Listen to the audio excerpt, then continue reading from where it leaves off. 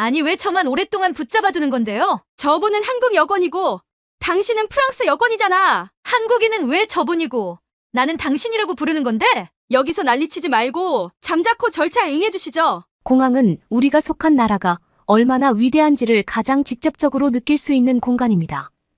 바로 여권의 힘을 가장 잘 확인할 수 있기 때문인데요. 아무리 자신의 나라가 위대하다고 믿는다 해도 공항에 가서 여권을 내밀고 나면 그것이 사실인지 진실인지 쉽게 밝혀낼 수 있습니다.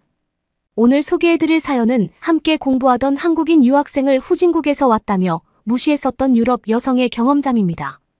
그녀는 무시했던 한국인과 공연을 위해 세계를 돌아다니며 공항에 갈 때마다 한국의 위상에 이상함을 느끼기 시작했다고 하는데요. 과연 그녀에게는 무슨 일이 있었던 걸까요?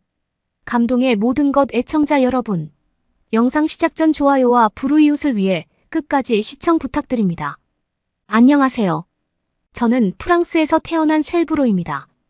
저는 파리 음악대학에서 첼로를 공부했고 지금은 이탈리아 종합예술학교에서 유학 생활을 하고 있어요. 저희 학교에는 다양한 국가에서 온 유학생들이 음악적인 발전을 위해 열심히 노력하고 있습니다. 저도 그중 하나고요.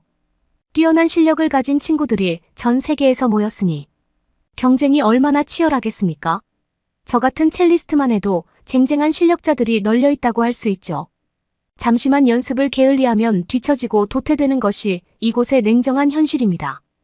전 제가 만난 룸메이트에 대해서 이야기를 해보려고 해요.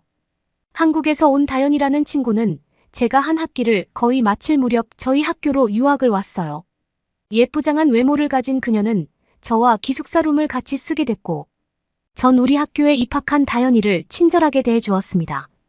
처음에 다연이와는 아무 문제 없이 잘 지냈어요. 그녀는 특별히 트러블을 일으키거나 튀는 스타일이 아니었고 하루의 대부분을 연습실에 틀어박혀 지냈어요. 친구들과 딱히 부딪힐 만한 기회조차 없었던 거죠. 그런데 그녀를 둘러싼 묘한 소문이 돌기 시작하더라고요. 원래는 밀라노 예술학교에 올 실력이 안 되는데 부정한 방법으로 입학을 한 것이다. 혹은 담당 교수가 그녀의 입학을 도왔다거나 다연이의 아버지가 학교에다 많은 기부금을 냈다는 소문이었어요. 정확한 진실을 알 수는 없었지만 분명 그녀에게 도움이 되지 않는 이야기였죠. 친구들은 그녀를 이상한 눈으로 보기 시작했고 그런 분위기 때문에 룸메이트였던 저도 다연이를 객관적으로 대하기가 힘들었어요. 차라리 그녀에게 솔직히 물었어야 했는데 예민한 질문인 것 같아서 차마 입 밖으로 꺼내지 않은 것이 제 불찰이었어요. 다연이에 대한 소문들은 제 마음속에 의심과 미움을 키우기 시작했고 저 역시 그녀를 대하는 태도가 달라지기 시작했죠. 다연이와 한 방을 쓰면서도 사적인 이야기는 거의 하지 않았고 어쩌다 그녀가 말을 걸면 단답형으로만 대답했어요. 지금 생각해봐도 그건 무척 치졸한 행동이었어요. 하지만 당시 저는 좋지 않은 소문이 도는 그녀와 가깝게 지내면 안 된다는 생각을 갖고 있었죠. 당연히 제 그런 차가운 태도를 다연이도 느꼈을 겁니다. 그리고 어느 순간부터 우리 두 사람은 마치 타인처럼 지내기 시작했어요. 같은 수업을 듣고 같은 방을 쓰면서도 말 한마디를 섞지 않았을 때도 많았죠. 그녀와 어울리는 친구는 거의 없었고 그녀는 밥도 거의 혼자 먹더라고요. 늘 혼자 다니는 다연이가 신경이 쓰였지만 결국 그건 그녀의 책임이라고 생각했어요. 그렇게 버티다 지치면 알아서 자기 나라로 돌아갈 거라고 생각했죠. 그러던 어느 날이었습니다. 저에게 다연이와 결정적으로 멀어지게 된 사건이 벌어졌죠. 저는 우연히 방에 보관해 두었던 제 악보가 사라졌다는 걸 알게 됐어요. 그건 작곡 수업을 위한 중요한 악보였는데 아무리 방을 뒤져봐도 찾을 수가 없는 겁니다. 그래서 다연이에게 제 악보를 보지 못했냐고 물었는데 그녀는 어깨를 으쓱 올리며 보지 못했다고 대답하더군요. 순간 심드렁한 그녀의 표정에 제 의심이 증폭됐어요. 저는 그녀와 같은 작곡 수업을 듣고 있었고 그녀는 그 악보가 제게 무척 중요하다는 걸 알고 있었죠. 저는 다연이가 제 악보를 숨겼다고 확신했어요. 그렇지 않고서야 책꽂이에 잘 꽂아둔 악보 노트가 저절로 사라질 리는 없었으니까요. 전 신경질적인 말투로 당장 제 악보를 내놓으라고 말했어요. 도대체 어떻게 이런 짓을 했냐며 소리를 질렀죠. 그러자 다연이는 왜 사람을 도둑으로 모냐며 거칠게 항의를 하더라고요. 자신은 그런 짓을 절대 하지 않았다면서 말이에요. 그녀의 뻔뻔한 거짓말에 화가 치밀어 올랐습니다. 역시 후진국에서 온 사람이라 하는 짓거리도 후지다고 막말을 마구 뱉었어요. 다연이는 억울하다는 듯 화를 냈지만 저는 비난을 멈추지 않았죠. 그 사건으로 저는 그녀를 완벽히 미워하게 됐어요. 아무리 자신이 따돌림을 당한다고 생각해도 어떻게 룸메이트의 중요한 수업 자료를 훔칠 생각을 할 수 있을까요? 덩달아 한국이란 나라에 대해서도 부정적인 인식이 강하게 들었어요. 개발도상국에서 겨우 벗어난 후진국형 국가 국민들은 항상 북한의 위협에 시달리고 미국이 돌봐줘야만 겨우 살아갈 수 있는 나라, 그것이 한국에 대한 제 솔직한 인식이었습니다. 저는 친구들에게 영원히 후진국 한국에서 온 다연이가 엉뚱한 짓을 한다며 험담을 늘어놓았어요. 그게 잘못된 일인지는 알고 있었지만 그렇게라도 해야 제분이 풀릴 것만 같았죠. 하지만 다른 건 몰라도 그녀의 첼로 실력은 정말 뛰어났어요.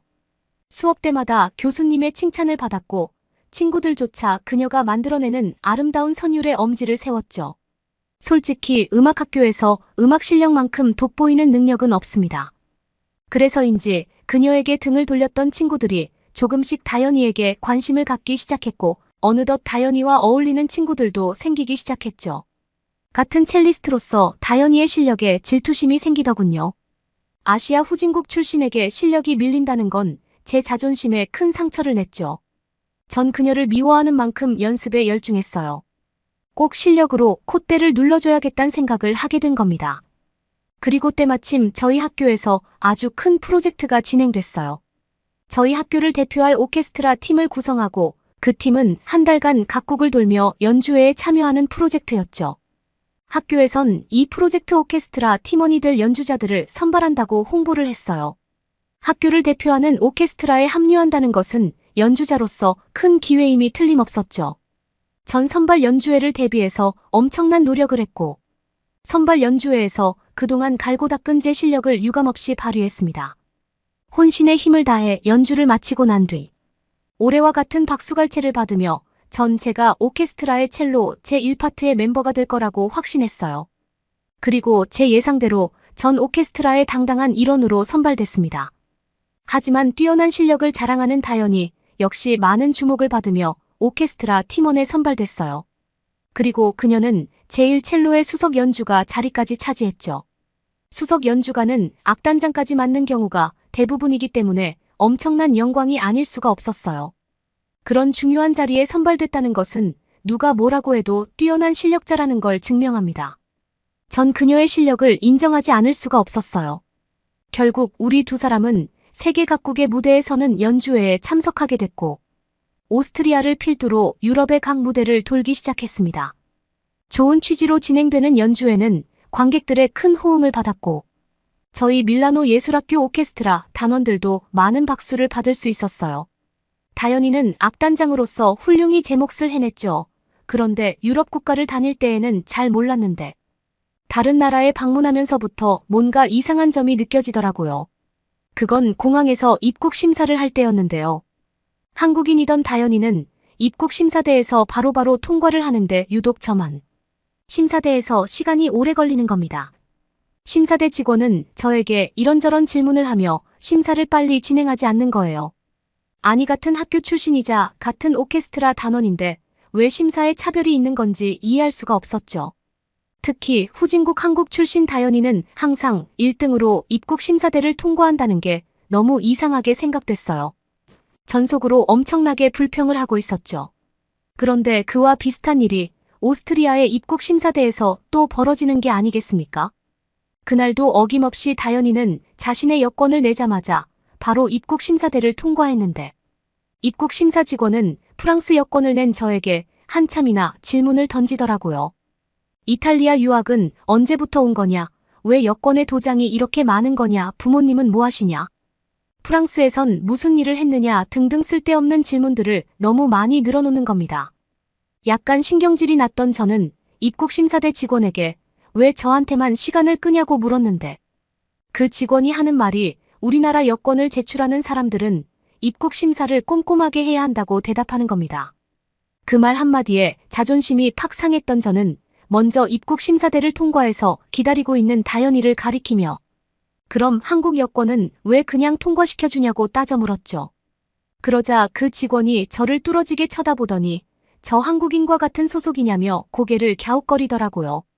그러면서 원래 한국 여권은 전 세계 어느 나라든 비자 없이 갈 수 있는 여권이라며 여권 파워로 따지면 전 세계 5위권 안에 든다고 말하는 겁니다.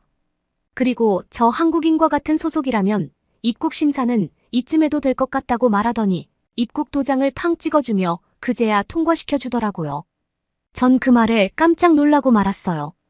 한국 여권이 그 정도나 대단한 줄은 전혀 몰랐던 사실이었죠.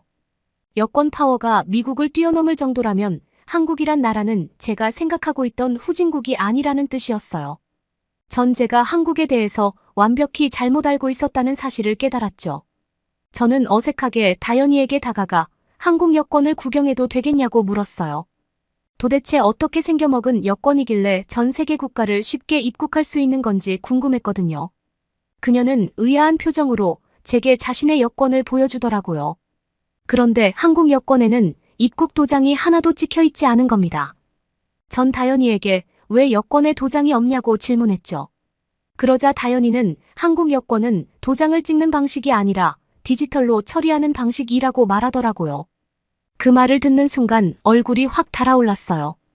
전 디지털로 입국 도장을 대신한다는 말을 처음 들었거든요. 여권이 너덜해질 만큼 많은 도장이 찍혀 있는 걸 자랑스럽게 생각했던 제가 너무 창피해지는 겁니다. 그 일이 있고 난 후 전 한국에 대해서 진지하게 알아보기 시작했어요. 그리고 제가 얼마나 아둔한 생각을 가졌던 건지 깨달을 수 있었죠. 알고 보니 한국은 프랑스와는 비교할 수 없을 만큼 경제 대국이더군요. 한국은 여권 파워뿐만 아니라 프랑스와는 비교하기가 부끄러울 만큼 선진국이었다는 사실을 뒤늦게 알아차린 겁니다. 부끄럽게도 한국에 대한 이미지가 달라지자 다현이 자체가 다르게 보이더군요. 출신 국가로 사람을 평가한다는 게 얼마나 바보 같은 짓인지 알면서도 전 그런 고정관념으로 다현이를 보고 있었던 겁니다. 그녀는 저희 학교에서 제일 뛰어난 첼리스트였고 자신의 역할에 충실했던 학생이었는데도 저는 그녀를 말도 안 되는 논리로 평가절하 했었어요. 그랬던 과거에 제 자신이 너무 미웠어요. 저는 오스트리아 공연을 마친 후 다현이에게 진심으로 사과했습니다. 동료이자 룸메이트로서 하지 말아야 할 행동을 했고 제 바보 같은 행동을 반성한다.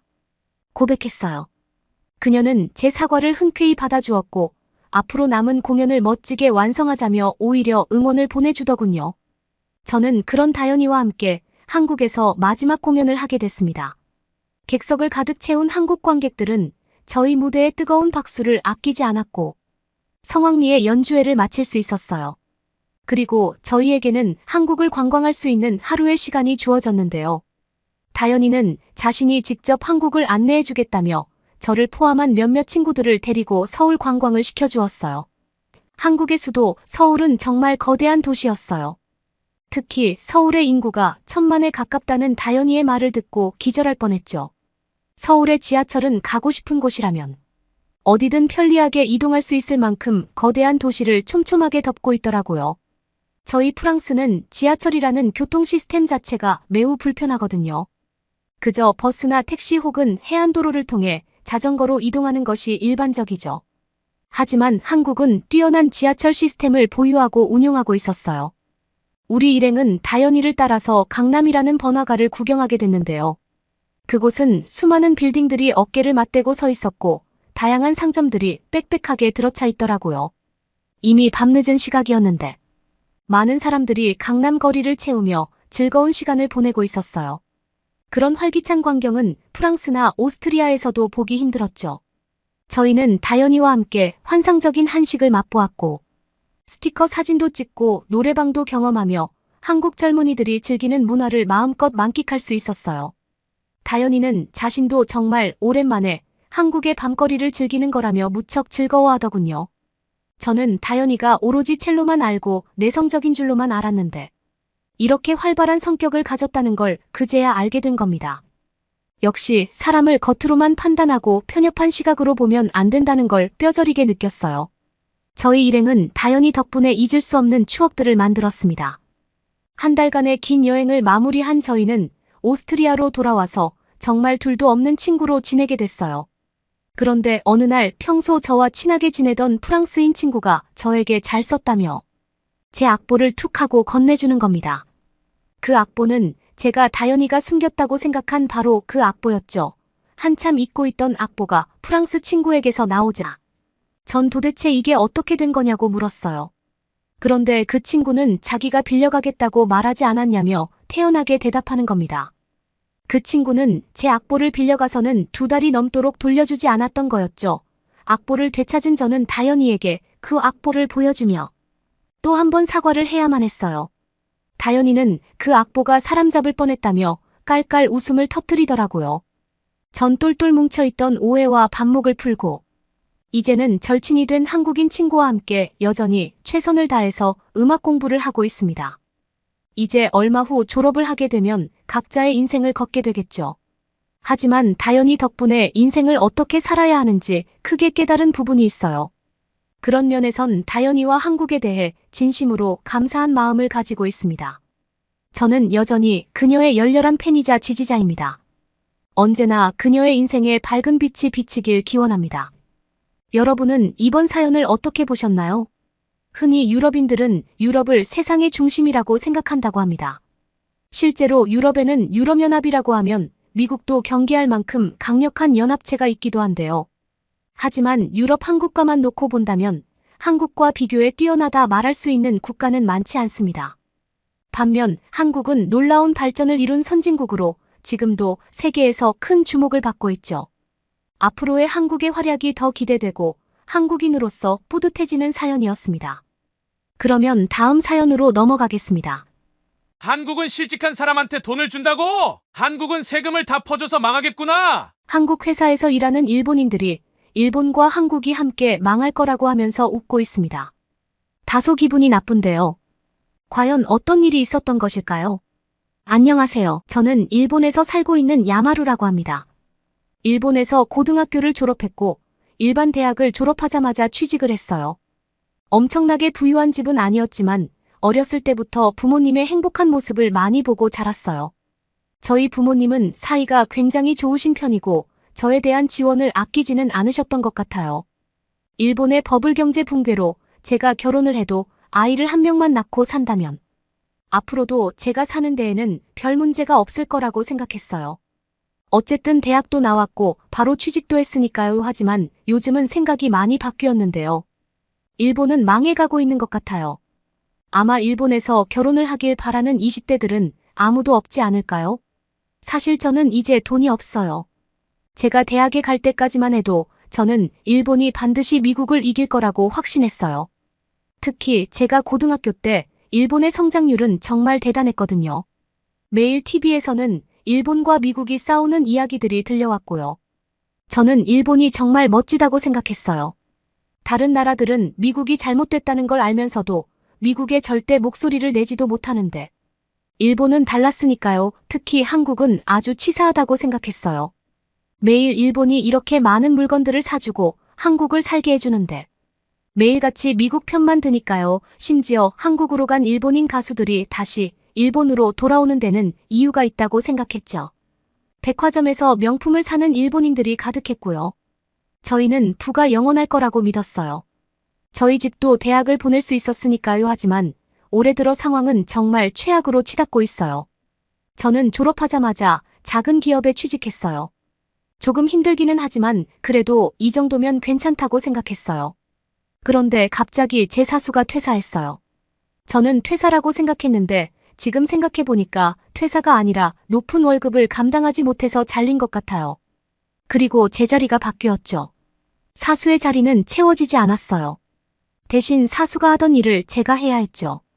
전 2명의 일을 해야 했어요. 처음 입사했을 때만 해도 9시부터 5시까지 일했는데 저는 매일 8시부터 8시까지 일하는 사람이 됐어요. 9시까지 일할 때도 흔했고요. 입시를 준비할 때도 이렇게까지 오래 앉아 있었던 적은 없었어요. 저는 허리도 아프고 머리도 아팠어요. 그렇지만 일은 줄지 않았어요. 회사는 사람을 더 뽑을 의사가 없어 보였어요. 저는 너무 힘들어서 결국 퇴사를 하고 말았는데요. 이 선택부터가 잘못된 선택이었어요.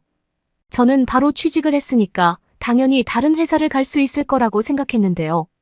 다른 직업을 구할 수가 없었어요. 일본 회사는 이제 사람을 뽑지 않고 있었고요. 심지어 공장에 취업을 하려고 해도 공장도 모두 문을 닫고 베트남 같은 나라로 눈길을 돌리고 있었어요. 일본 청년들을 받아주는 곳은 어디도 없어요. 저뿐만 아니라 요즘 일본에서는 결혼할 생각이 없는 사람들이 늘고 있는데요. 일본의 경제 상황은 너무 심각해져 결혼과 가족을 포함한 삶의 가장 기본적인 측면까지 잠식하기 시작했습니다. 다른 많은 사람들과 마찬가지로 저도 매일 고군분투하고 있는 현실입니다. 이곳에 살면서 경기 침체가 일시적인 현상이 아니라 우리의 미래에 지속적으로 드리워진 그림자라는 것이 점점 더 분명해지고 있습니다. 생활비가 치솟아 가족을 꾸리고 부양하는 것이 완전히 불가능하지는 않더라도 벅차게 느껴질 정도입니다. 주택시장은 일반인이 감당하기에는 너무 비싸거나 주택의 품질이 기준에 훨씬 못 미치는 등 혼란에 빠져 있습니다. 한때는 풍부하고 유망했던 일자리는 이제 불확실성의 원천이 되었습니다. 사업체는 문을 닫고 해고는 너무 흔한 일이 되었습니다. 한때 인생의 궤적에서 당연하게 여겨졌던 결혼의 꿈은 이제 감당할 수 없는 사치처럼 느껴집니다. 결혼과 내 집 마련 나아가 자녀 양육에 대한 재정적 책임이 너무 가파른 산처럼 느껴집니다. 가족에게 안정적이고 풍요로운 삶을 제공해야 한다는 사회적 기대는 감당하기 힘든 짐처럼 느껴집니다. 경제적 부담뿐 아니라 그 기대에 부응하지 못할까봐 내가 가장 아끼는 사람들에게 실망을 안겨줄까봐 두려워요. 하지만 저희 부모님이랑은 말이 안 통했어요. 부모님은 대학까지 졸업한 제가 왜 취업을 못하는지 이해를 못했어요. 제 친구와 동료들 사이에서도 비슷한 환멸의 정서를 볼 수 있습니다. 한때 결혼 계획과 미래, 자녀에 관한 대화가 주를 이뤘던 대화는 이제 고용 안정, 생활비 상승, 암울한 경제 전망에 초점을 맞추고 있습니다. 청춘의 낙관주의는 생존을 위한 실용주의로 대체되었습니다. 낭만적인 파트너십은 더 이상 사랑과 우정에 관한 것이 아니라 재정적 안정과 불가분의 관계에 있으며 점점 더 많은 사람들이 이를 포기하고 있습니다. 심지어 결혼을 빨리 한 친구들은 먹을 게 없어서 아이를 낳을 생각이 사라진다는 친구들도 있어요. 이러한 경제적 불확실성 속에서 결혼에 대한 열망은 점점 줄어들고 있습니다. 결혼에 대한 열망은 걱정과 의심 속에 묻혀 있지만 하루하루 먹고 살기 위해 고군분투하는 상황에서 사랑과 결혼에 대해 생각하는 것은 거의 순진한 일처럼 느껴집니다. 저는 가족과 결혼이라는 개념을 하나로 묶어주던 사회적 구조가 경제적 어려움이라는 끊임없는 힘에 의해 찢어지기 시작하는 것을 지켜보고 있습니다. 저는 최근 도시의 거리를 걷다가 심오하고도 불안한 깨달음을 얻었습니다. 북적이는 인파 사이를 지나가다가 길거리에 있는 어린 소녀들의 놀라운 숫자가 눈에 들어왔습니다. 그 광경은 저에게 깊은 충격을 주었고 고국에서 많은 사람들이 직면하고 있는 가혹한 현실을 극명하고 불안하게 상기시켜 주었습니다. 심지어 충격적인 말도 생겼어요. 미녀 노점이라는 말인데요. 미녀 노점이라고 하면 그냥 미녀가 식료품점을 파는 곳 같죠? 아니에요. 여자들이 길거리에서 남자들한테 원하는 행동을 해주고 돈을 받는 노점이에요. 금액은 어느 정도냐고요? 같이 영화관을 가면 5만 원 정도, 같이 손잡기는 2만 원 정도예요. 다른 것들은 어느 정도 금액인지 감이 오시나요? 이게 노는데 돈을 쓰고 싶어서 생긴 일들이 아니에요. 그냥 먹고 살기가 힘드니까 어떻게든 밥을 굶지 않으려고 여자들이 길거리로 나오는 거예요. 그 모습을 지켜보면서 저는 충격과 무력감에 휩싸였습니다. 그 모든 것이 너무 불공평하게 느껴졌습니다. 심지어 길거리에서 여자들이 일부러 다 같이 춤을 추는 현상도 볼 수 있어요. 부자들의 눈에 들기 위해 일부러 춤을 추고 있는 거죠. 일본의 현실이 너무 암울해서 눈물이 나요. 저는 이 시기를 일본이 극복해낼 수 있는지 잘 모르겠어요. 지금까지 성장만 해왔다고 생각했는데 이렇게 추락할 거라고 아무도 예상하지 못했거든요. 경제적으로 어려운 시기에 일본에 살면서 저를 포함한 주변 사람들의 태도에 뚜렷한 변화가 있음을 목격했습니다. 계속되는 경제난으로 인한 스트레스가 일상생활에 스며들어 서로 소통하는 방식이 바뀌고 있습니다. 한때 제가 동경하며 자랐던 우리 사회의 따뜻하고 공동체적인 정신은 점점 사라지고 좌절감과 조급함이 만연해 있는 것 같습니다. 혼잡한 거리를 걷다 보면 주변 풍경이 어린 시절의 기억과는 확연히 달라져 있습니다. 사람들은 신경이 날카로워 보이고 얼굴에는 걱정과 피로가 가득합니다. 인내심을 갖고 줄을 서서 기다리던 모습은 날카로운 말과 무뚝뚝한 매너로 바뀌었습니다. 정겨운 흥정과 웃음소리로 가득했던 시장에서도 가격이나 상품 품질에 대한 열띤 논쟁으로 때때로 팽팽한 긴장감이 감돌고 있습니다. 조용한 출퇴근길의 장소였던 대중교통에서는 이제 사소한 일에도 감정이 격해집니다. 만원 버스 안에서 사소한 오해나 가벼운 시비가 언어적 대립으로 확대될 수 있습니다. 마치 사람들의 집단적 스트레스가 비등점에 도달한 듯 사소한 불편함이 억눌린 감정을 표출하는 방아쇠가 되고 있습니다. 제 행동에서도 이러한 변화를 발견할 수 있었습니다. 예전 같으면 인내심을 가지고 처리했을 상황들이 이제는 금방 좌절감을 안겨줍니다. 사소한 일로 가게 주인에게 화를 내거나 이웃에게 화를 내는 제 자신을 발견하게 됩니다. 이는 저에게 주입된 조화와 존중의 가치와 극명하게 대비되는 반응이라 놀랍고 실망스럽습니다. 그래도 저는 한국으로 갈 일이 생겼어요. 삼촌이 자기가 비행기표를 준비해 줄 테니까 한국으로 오라고 했죠. 쉬운 일은 없겠지만 어쨌든 똑같이 공장에서 일해도 버는 돈이 더 많을 거라고요. 삼촌은 한국의 디스플레이 공장에서 일했었는데요. 고국을 떠난다는 것은 상상도 못했지만 한국에 거주하는 삼촌의 초청으로 한국 여행을 준비하고 있는 제 자신을 발견했습니다. 삼촌의 초대는 단순한 제안이 아니라 제 인생에서 가장 힘들었던 시기에 저에게 던져진 생명줄과도 같았습니다. 경기 침체 속에서 일본에 살면서 저는 불확실성과 줄어드는 기회에 시달리고 있었습니다. 제 하루는 아무데도 연결되지 않는 구직 활동과 끝없는 실망의 악순환에 갇혀 있다는 느낌으로 가득 차 있었습니다. 이렇게 우울한 순간에 한국에 계신 삼촌으로부터 한 통의 전화를 받았습니다. 항상 가까이 지내던 삼촌이었죠. 삼촌은 몇 년 전 한국으로 이주했고 거리가 멀어 자주 만나지는 못했지만 우리 사이에는 애정과 상호 존중의 유대감이 있었습니다. 따뜻하면서도 걱정스러운 그의 목소리는 제가 처한 답답한 상황에서 벗어날 수 있는 탈출구를 제시해 주었습니다. 그는 환경이 바뀌면 저에게 도움이 될 것이라며 한국에서 지낼 수 있는 숙소와 취업에 대한 도움을 주겠다고 제안했습니다. 그리고 놀라운 얘기를 해줬어요. 한국의 공장들은 시골에 있다는 이유만으로 숙박이랑 식사는 제공을 해주니까 일단 돈을 조금 모으고 나서 다시 일본으로 가던지 다른 직업을 구하던지 해보라고 했어요. 한국에 도착하기 전 저는 걱정으로 마음이 무거웠습니다. 한국인들이 일본인에 대해 좋지 않은 시각을 가지고 있다는 이야기와 고정관념을 들었기 때문입니다. 친구들과 온라인 포럼을 통해 전해들은 이런 이야기들은 제가 이 새로운 나라에서 어떤 대접을 받을지 두려운 그림으로 그려졌습니다. 이미 낯선 땅에서 적대감이나 차별에 직면할지도 모른다는 생각은 가뜩이나 불안한 제 기질에 불안을 더했습니다. 하지만 한국에 도착한 저의 경험은 제가 준비했던 것과는 완전히 달랐습니다. 첫날부터 한국인들과의 만남은 제가 가지고 있던 모든 선입견의 도전장을 내밀었습니다. 감히 기대하지 못했던 수준의 친절과 예의가 저를 맞이했습니다. 처음엔 두려움에 휩싸여 조심스럽게 대했지만 따뜻하게 맞아주는 모습에 점차 걱정이 녹아내렸습니다. 서울에 온 첫날 거대한 도시 풍경 속에서 길을 잃고 서툰 한국어로 길을 헤매던 기억이 납니다. 한 중년 여성이 제 혼란스러움을 알아차리고는 한치의 망설임도 없이 도움을 주었습니다. 그녀는 길을 알려주었을 뿐만 아니라 목적지까지 함께 걸으며 랜드마크를 설명하고 도시의 역사에 대해 이야기해 주었습니다.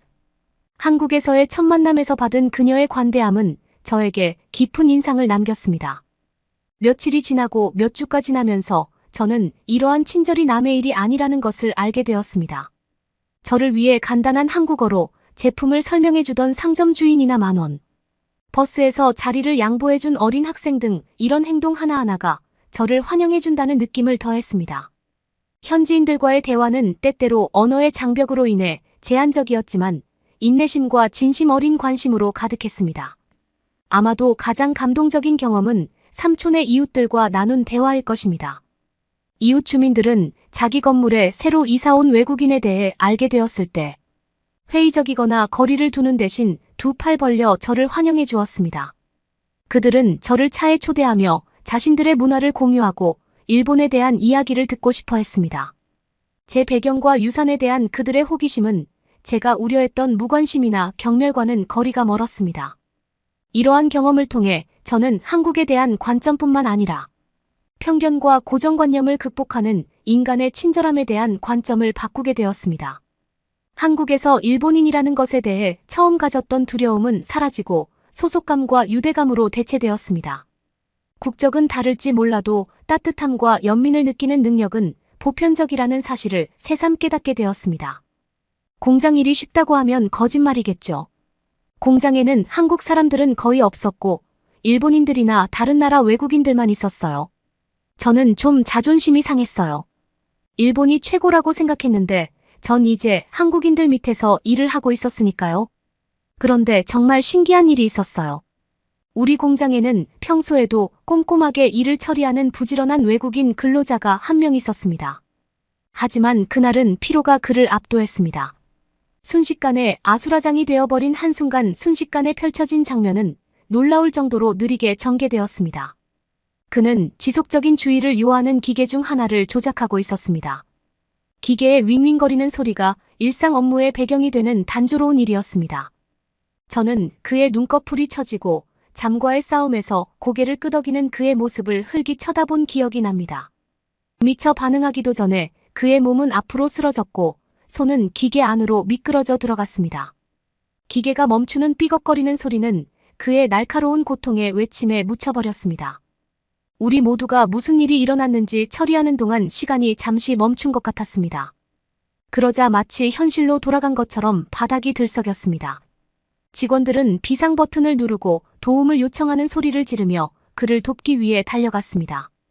기계의 금속 광택과 대비되는 선명한 붉은 피가 보였습니다. 손가락이 온전해서 다행이었지만 상처가 깊고 출혈이 심했습니다. 누군가 구급상자를 들고 지혈을 시도했지만 붕대 이상의 조치가 필요한 것이 분명했습니다. 다급한 목소리로 구급차를 불러달라고 외치는 소란 속에서 구급차를 불렀습니다. 구급차를 기다리는 시간은 끝이 보이지 않았고 그를 위로하고 깨어있게 하려고 애쓰는 동안 매 순간이 길게 느껴졌습니다. 그는 충격으로 얼굴이 창백하고 고통과 믿음이 뒤섞인 채 눈을 크게 뜨고 있었습니다. 구급차가 마침내 도착하자 구급대원들은 전문적으로 효율적으로 환자를 이송했습니다. 구급대원들이 일하는 모습을 지켜보면서 안도감과 무력감이 교차했습니다. 평소에는 쉴 새 없이 움직이고 소음이 가득한 공장 바닥은 구급대원들의 빠른 명령 외에는 섬뜩할 정도로 고요했습니다. 다음 날 그 직원은 오지 못했어요. 저는 당연히 잘렸을 거라고 생각했죠. 사고 다음 날 그 직원이 나타나지 않자 저는 성급하게 결론을 내릴 수밖에 없었습니다. 제 머릿속에는 그가 이 사고로 인해 해고된 것이 분명해 보였습니다. 공장의 엄격한 안전 프로토콜과 사고의 심각성을 고려할 때 그의 부재가 그의 실수로 인한 직접적인 결과라고 믿게 되었습니다. 그가 없는 작업 공간은 다르게 느껴졌고 이는 우리 모두가 우리 업무의 잠재적 결과를 조용히 인정하는 것이었습니다. 며칠이 지나고 몇 주가 지나도 그가 보이지 않자 사건은 점차 일상의 배경으로 사라졌습니다. 거의 한 달이 지나서야 그는 예기치 않게 공장 현장에 다시 나타났습니다. 그의 복귀는 그의 부재만큼이나 놀라웠고 안도감과 호기심을 동시에 불러일으켰습니다. 어느 날 호기심에 이끌려 휴식 시간에 그에게 다가갔습니다. 저는 자연스럽게 그의 안부를 물었고 더 중요한 것은 그가 보상금으로 무엇을 했는지에 대해 물었습니다. 저는 사고로 인해 부담해야 했을 높은 치료비를 어떻게 했냐고 물어봤죠. 그의 대답은 저를 놀라게 했습니다. 그는 회사에서 치료비를 지원하고 완전히 회복하는 데 필요한 시간을 보장하는 등 회복하는 동안 지원을 아끼지 않았다고 설명했습니다. 그는 기업의 무관심에 대한 일반적인 이야기와는 상반되는 회사의 지원에 감사를 표했습니다. 저는 너무 궁금해서 반장님께 가서 물어볼 수밖에 없었어요. 반장님은 좀 귀찮아 하는 듯이 보였지만 회사가 고용보험에 다 가입이 되어 있대요. 그게 뭐냐고 물어봤더니 회사 직원이 일을 하다가 다치는 건 회사가 책임을 지고 함부로 잘라서도 안 된대요. 한국은 노동법이 있다고요. 이어서 그는 이 경험이 자신에게 어떤 깨달음을 주었는지 이야기했습니다. 일을 쉬는 동안 자신의 삶과 건강과 안전의 중요성을 되돌아볼 수 있는 기회가 되었다는 것입니다. 그는 저축한 돈의 일부와 사고 보험금으로 받은 소액을 고향에 있는 가족을 부양하고 일을 할 수 없는 동안 생활비를 충당하는 데 사용했다고 이야기했습니다. 궁금해서 노동법을 찾아보다가 한국의 실업급여 제도에 대해 처음 알게 되었을 때 저는 정말 놀랐습니다. 일본에서는 실직 시 재정적 지원이라는 개념이 그다지 강력하거나 체계적이지 않았거든요. 그래서 한국의 방식을 접했을 때 깨달음과 함께 약간의 문화적 충격이 있었습니다. 한국에서는 근로자가 고용보험에 기여합니다. 제가 알게 된 이 제도는 실직자에게 일정 기간 동안 재정적 지원을 제공하여 즉각적인 경제적 파탄의 압박 없이 새로운 일자리를 찾을 수 있도록 완충 역할을 합니다. 금전적 지원에 그치지 않고 고용 가능성을 높이기 위한 다양한 교육 프로그램과 구직 활동 지원도 포함되어 있습니다. 이 제도의 세심한 배려가 인상적이었습니다. 취약한 시기에 개인의 복지를 우선시하는 사회보장제도의 수준을 보여줬습니다. 한국에서 실직은 종종 정부의 지원이 제한적인 상황에서 재정적 불안정으로 급격히 추락하는 것을 의미했습니다. 하지만 이곳에서는 사전 예방적 접근 방식을 통해 실직자들을 위한 체계적이고 지원적인 경로를 제공했습니다. 저도 그런 돈을 받으면서 취직을 다시 했더라면 일본에서도 다시 살 수 있지 않았을까요? 생각해보면 오히려 나은 걸 수도 있어요. 한국에 오게 되었으니까요. 저는 이런 제도적 지원을 해주는 나라에 기여하고 살고 싶다고 생각했어요. 물론 몇 년 뒤가 어떻게 될지는 몰라요.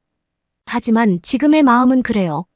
저는 농촌에 가서 농사를 짓는 것도 괜찮을 것 같아요. 어차피 제가 사는 곳이 서울보다 낙후된 지역이었었으니까요. 한국이야말로 노동의 가치를 인정해주는 곳이라고 생각해요. 진짜 사람으로 봐주는 곳이니까요. 이런 건 다 한국 사람들이 만들어 놓은 가치겠죠. 저는 공짜로 일하지 않고 세금도 열심히 내고 한국 사람들을 존중해서 영주권을 그리고 이민을 반드시 오고 말 거예요. 부모님이 한국어도 지금부터 배우라고 말씀드릴 거예요. 일본이라는 곳에서 부모님이 탈출하실 수 있게끔 말이에요. 그러면 다음 사연으로 넘어가겠습니다. 북한에서는 남한 말을 사용하거나 남한을 동경하는 듯한 말을 하면 곧바로 잡혀간다고 하는데요.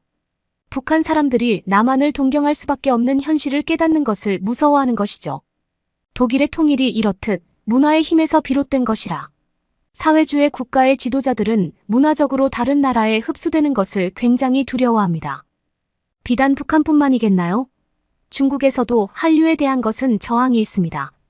정치적인 상황과 엮어서 한국의 문화를 수용하지 않겠다는 입장을 보이고 있는 중국이지만 중국 국민들은 어떤 방식으로든지 한국의 것들을 접하고 있습니다.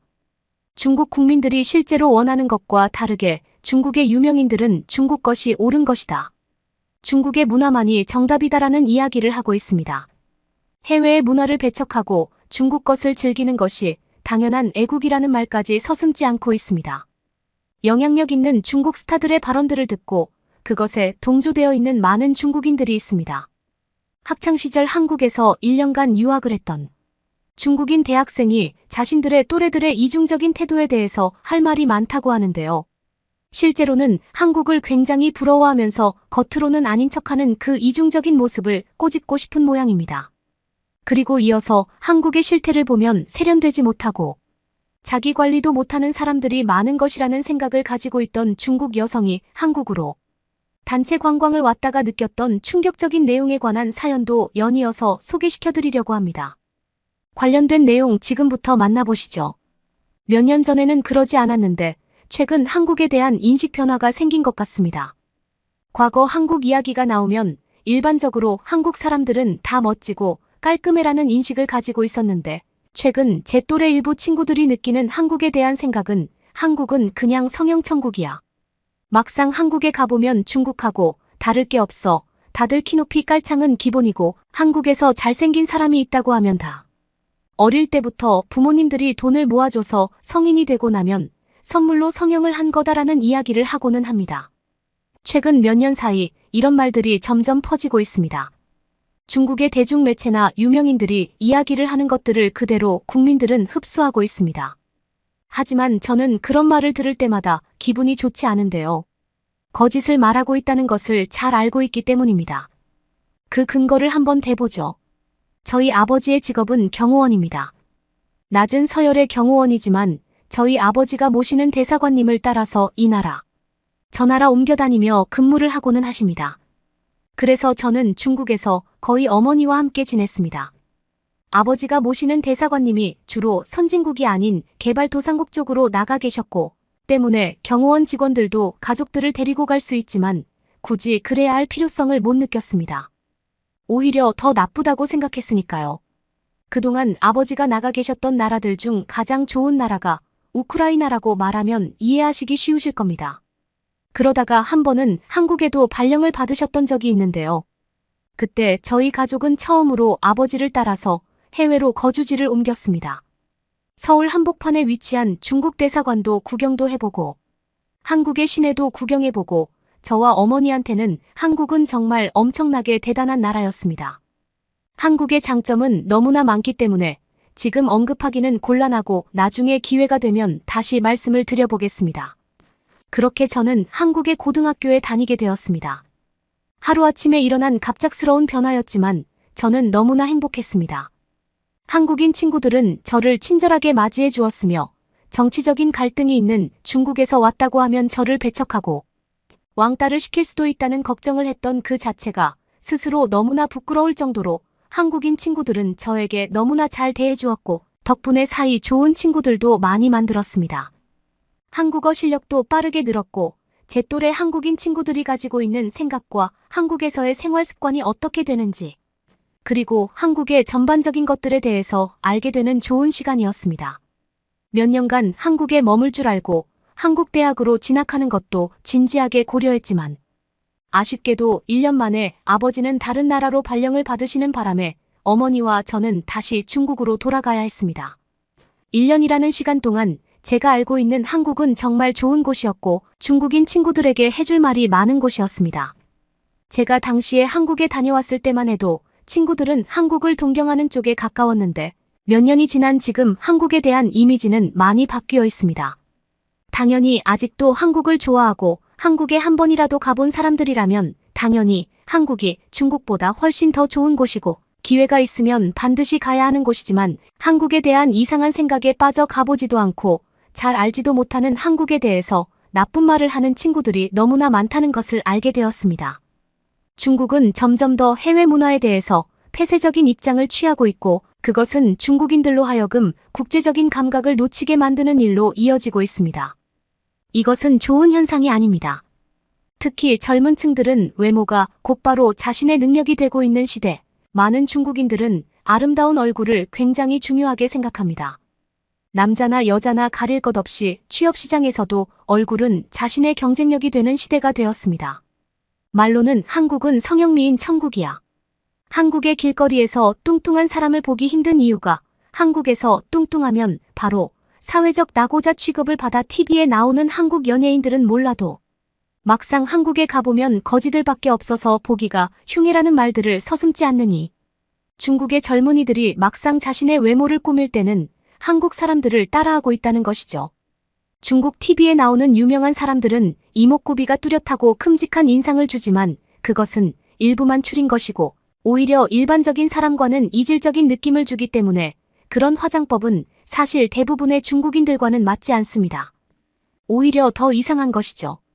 대신에 한국식 화장법이나 한국식 옷차림을 따라하면 사람이 몇 단계는 더 세련돼 보이는 모습을 보여줍니다. 오죽하면 한국식 외모로 꾸며주는 미용실도 생겨나고 거기서 헤어스타일과 화장법까지 상세하게 알려주기도 하고요.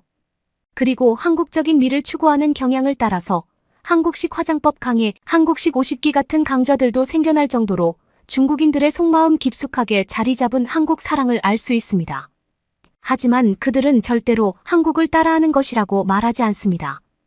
이런 미용실이나 메이크업 샵들에서는 한국식이라는 단어를 쓰지 않고 최신 트렌드 어려 보이는 예뻐 보이는 이라는 단어를 쓰기 때문이죠.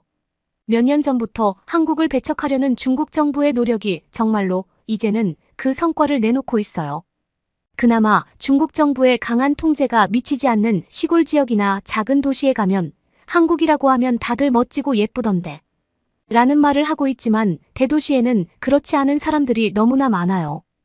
그래서 한편으로는 답답한 마음이 듭니다. 말과 행동이 완전히 따로 놀고 있는 현 상황이니까요. 인간의 본능대로 자연스럽게 사람들이 원하는 걸 하게 두어야 한다고 생각합니다. 오히려 중국 정부가 뭘 어떻게 만들어 보겠다고 노력하는 것 자체가 사람들로 하여금 갈등을 만들고 있다는 사실을 깨닫기를 바랍니다. 이 게시글에서 알 수 있듯이 한국에 한 번이라도 다녀간 사람들은 중국에서 흔히 떠도는 한국 괴담들에 대해서 사실과 다르다며 답답해한다는 것을 알 수 있습니다. 연이어서 한국에 단체 관광을 왔다가 기존에 알고 있던 한국 괴담들이 하나도 맞아떨어지지 않자 충격을 받았다는 또 다른 중국 여성의 사연을 들려드리겠습니다. 저는 최근에 한국으로 단체 관광을 떠났다가 너무나 놀라운 것들을 많이 보게 되었습니다. 저는 30대 초반으로 평범한 회사에 재직하고 있고요. 회사에서 단체 관광으로 한국을 다녀오겠다는 이야기를 들었을 때 저는 놀라고 말았는데요. 평소 한국에 대해서 가지고 있던 생각들이 좋지 않았기 때문입니다. 최근 들어 한국의 농촌 모습이라며 마치 1000년 전에나 있을 법한 모습들을 보게 되었고, 한 중국인 틱토커가 그 모습을 찍어서 한국은 빈부격차가 너무 극심하다. 중국인들이라면 저런 곳에 살 수 있겠냐는 내용의 영상을 찍어 올린 적이 있어서 그 모습에 충격을 받았던 적이 있거든요. 그걸 계기로 한국에 대해서 나쁜 이야기들을 다룬 영상을 즐겨보고는 했는데 갑작스럽게 회사에서 한국 여행을 간다고 하니 너무나 놀랐었죠. 솔직히 하고 싶은 여행이 아니었습니다. 일단 회사 사람들과 단체 여행을 떠나야 하는 게 그다지 유쾌한 일도 아니었으며 그렇게 좋지 않을 줄 몰랐던 한국에 간다는 사실 자체가 별로 좋은 일은 아니라고 생각했기 때문입니다. 하지만 어쩔 수 없이 따라가야 했던 회사의 행사였고, 그래도 동료들과 같이 가니 그런 안 좋은 한국이라는 나라에서 무슨 일이 있겠냐는 생각을 했습니다. 막상 한국에 도착하니 동료들은 웃고 떠들고 한국이 좋다고 이야기하는데 제 눈에도 한국은 분명히 틱톡에서 보던 것과는 많이 다른 모습이었고, 한국에 대해서 나쁜 이야기들을 하는 틱토커의 말들이 사실이 아닌 것 같기는 했습니다. 그래도 저는 그동안 제가 봐오던 영상들이 있어서 쉽게 한국에 대한 불신의 마음을 접지는 못했는데요. 그러다가 제가 이런 불신의 마음을 싹 해소할 수 있게 되는 사건이 있었습니다. 서울에서 멀지 않은 근교로 한국의 옛날 모습을 그대로 재현해 놓은 마을이 있고, 그곳이 유명한 관광지라며 그곳에 일정이 있어 방문하게 되었는데요. 한국민속촌이라고 쓰여있는 큰 글씨를 보았고 입장료를 지불한 뒤 그 안으로 들어갔습니다. 그리고 제가 처음으로 한국을 욕하는 영상에 빠져들었던 그 영상 속 장소였습니다. 그 틱토커는 한국에서 유명한 관광지 중 하나인 이곳을 마치 한국 사람들이 실제 살고 있는 모습이라며 한국이 어째서 중국보다 잘 산다고 말하는 것이냐? 버럭 화를 내던 그 틱토커의 촬영 장소라는 것을 알았어요. 그 틱토커는 북한의 평양처럼 한국도 서울 이외의 지역의 삶은 매우 초라하고 한심하기 짝이 없다는 이야기를 했고, 한국 민속촌의 초가집을 촬영해서 올리니 저는 그 영상에 깜빡 속아버린 것이었죠. 그리고 그 영상 속에서는 아주 가난해 보이는 옷차림의 한국인들을 찍어서 올렸는데 알고 보니 그것 또한 이 민속촌의 스태프들이 컨셉을 잡고 복장을 갖춰 입은 것이었으며 그들은 지나가는 관광객들에게 즐거움을 선사해주는 엔터테이너였습니다. 이런 사람들을 멀리서 찍어놓고 가까이 가고 싶지만 냄새가 나서 다가갈 수 없다. 괜히 말을 섞었다가 돈 많은 중국인들에게 한국어를 할까봐 겁이 난다는 말을 했던 그 틱토커가 굉장히 괘씸해졌습니다. 저는 멍청하게 그 틱톡의 영상에 빠져들어 버렸던 것이죠. 순간 머리가 띵하더라고요. 그 틱토커 때문에 저는 한동안 한국을 욕하는 동영상에 빠졌으며 한국에 놀러 왔음에도 불구하고 제대로 좋아하고 즐기는 동료들과 반대로 저 혼자서 두려움에 떨거나 한국의 발전된 모습을 보면서 중국인들에게 선전하기 위한 장소치고는 꽤나 규모가 크다라고 생각했던 제 스스로가 창피해지는 순간이었습니다. 이 민속촌을 구경하는 내내 얼빠진 사람처럼 다녔어요. 동료들이 저에게 어디 아프냐며 물을 정도로 표정이 좋지 않았던 것 같습니다. 그렇게 그곳에서 저녁 일정까지 마친 뒤 서울로 가지 않고 바로 옆 도시의 숙소로 갔습니다. 그것도 서울 외곽 지역인데도 불구하고 너무나 세련되고 너무나 깔끔한 곳이었습니다.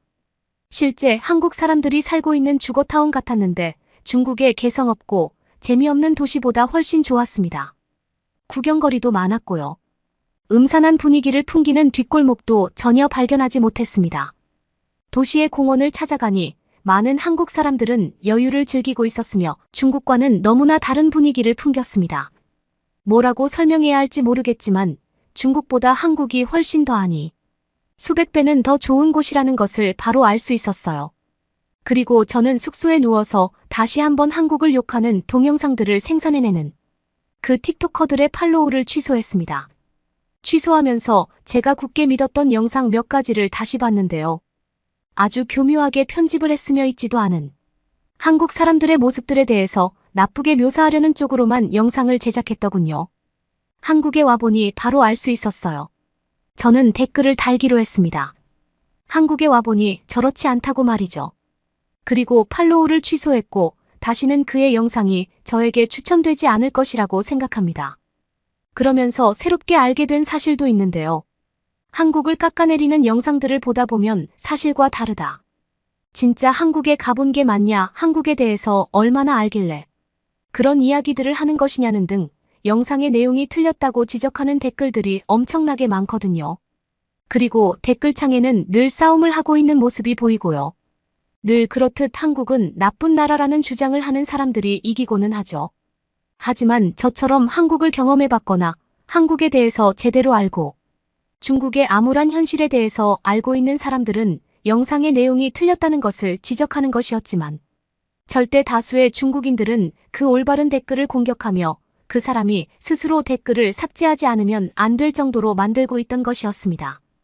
영상의 내용들과 다르게 실제 한국 사람들은 중국 사람들보다 훨씬 세련된 모습을 하고 있으며 중국에서는 북경 지역의 평균 키가 아시아에서 가장 큰 한국 사람들보다도 더 크다며 이상한 선전을 하는 그런 것들도 모두 가짜라는 것을 알게 되었습니다. 웃긴 것은 이런 것들은 중국의 공영 매체들을 통해서 방송되고는 했던 내용이라는 것이죠. 한국인 월급이 중국인들 월급보다 거의 10배 많은 것 같던데 근무 시간은 훨씬 더 적어요. 한국에서는 주 40시간이 기본이고 그 이상을 넘어가면 수당을 줘야 한대요. 게다가 인건비도 너무 높아서 마트에서 아르바이트만 해도 중국 사람들이 버는 월급보다 몇 배를 받아간다고 하더라고요. 제가 어릴 때 부모님 세대가 일본을 보면서 일본은 참 선진국이라는 생각을 했던 것들과 똑같이 지금 제가 봤을 때 이런 것들을 종합해서 보면 확실히 한국은 선진국에 진입했고 중국만 동아시아에서 뒤떨어지는 나라 같다는 생각이 들었습니다. 중국 사람들은 중국이 미국의 전체 GDP를 위협하고 있다고 생각하기 때문에 중국 사람들이 이 정도 벌면 옆 나라 한국에서는 별로 못 버는 거 아니야 라는 생각을 하는 사람들도 있고 한국이 월급이 높은 편이라고는 하지만 물가가 그만큼 비싸기 때문에 한국은 중국 사람들보다 삶의 질이 더 나쁘다고 생각하는 사람들이 많은데 그것들은 전부 다 틀렸다고 말해야 할 것 같습니다. 제가 한국에서 구글이라는 미국 인터넷 홈페이지를 방문해서 정확한 수치들을 조사해 봤는데요. 이미 대만에서 보도된 자료들만 해도 수두룩했습니다. 인건비 대비 소비할 수 있는 재화의 양을 계산한 GDP 수치를 PPP 기준으로 변환한 수치가 있는데요. 예를 들면 미국에서 10만 달러를 벌어서 생활비로 10만 달러를 쓰고 저축을 영원하는 것과 한국에서 5만 달러를 벌고 4만 달러만 쓰고 1만 달러를 저축하면 한국이 PPP 기준으로는 더 소득이 높다는 것을 의미하는 것입니다. 그런 부분에 있어서 한국은 중국의 어른들이 생각하는 일본보다 한국 사람들의 생활 수준이 더 좋았습니다. 이미 일본을 따라잡은 지 오래되었대요. 게다가 명목상 GDP도 한국이 일본을 따라잡았다는 기사들도 많이 봤습니다. 이런 기사들은 전부 대만 홈페이지에 가서 볼 수 있었어요. 저에게는 솔직히 충격이었습니다. 그리고 중국 뉴스의 발표보다 대만의 발표 자료가 그나마 조금 더 객관적이라고 생각할 수밖에 없지 않나라는 생각이 듭니다.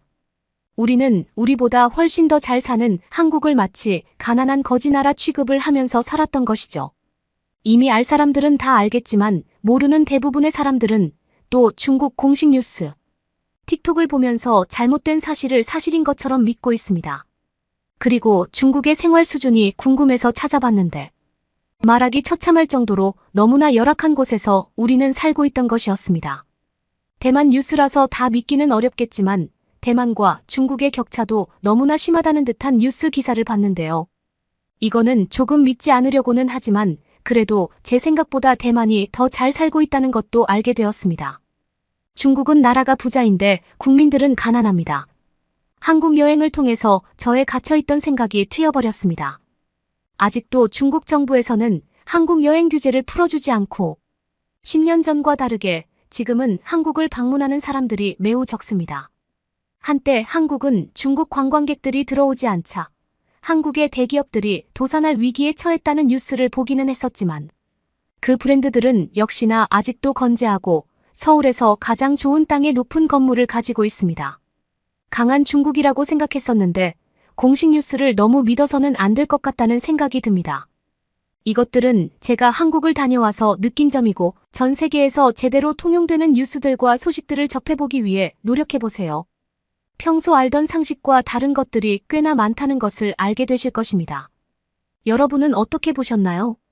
응원과 격려의 한마디씩을 댓글로 남겨주시기 바랍니다. 사연자분들께 전달해드리겠습니다. 실제 사연 제보를 받고 있습니다. 채택되신 분께는 작은 선물도 보내드리고 있습니다. 저희의 사연이 여러분의 하루에 작은 힘이 될 수 있었으면 좋겠습니다. 감동적인 사연을 주변 분들과 이야기 나눠보세요. 더욱더 좋은 영상으로 다시 찾아뵙겠습니다.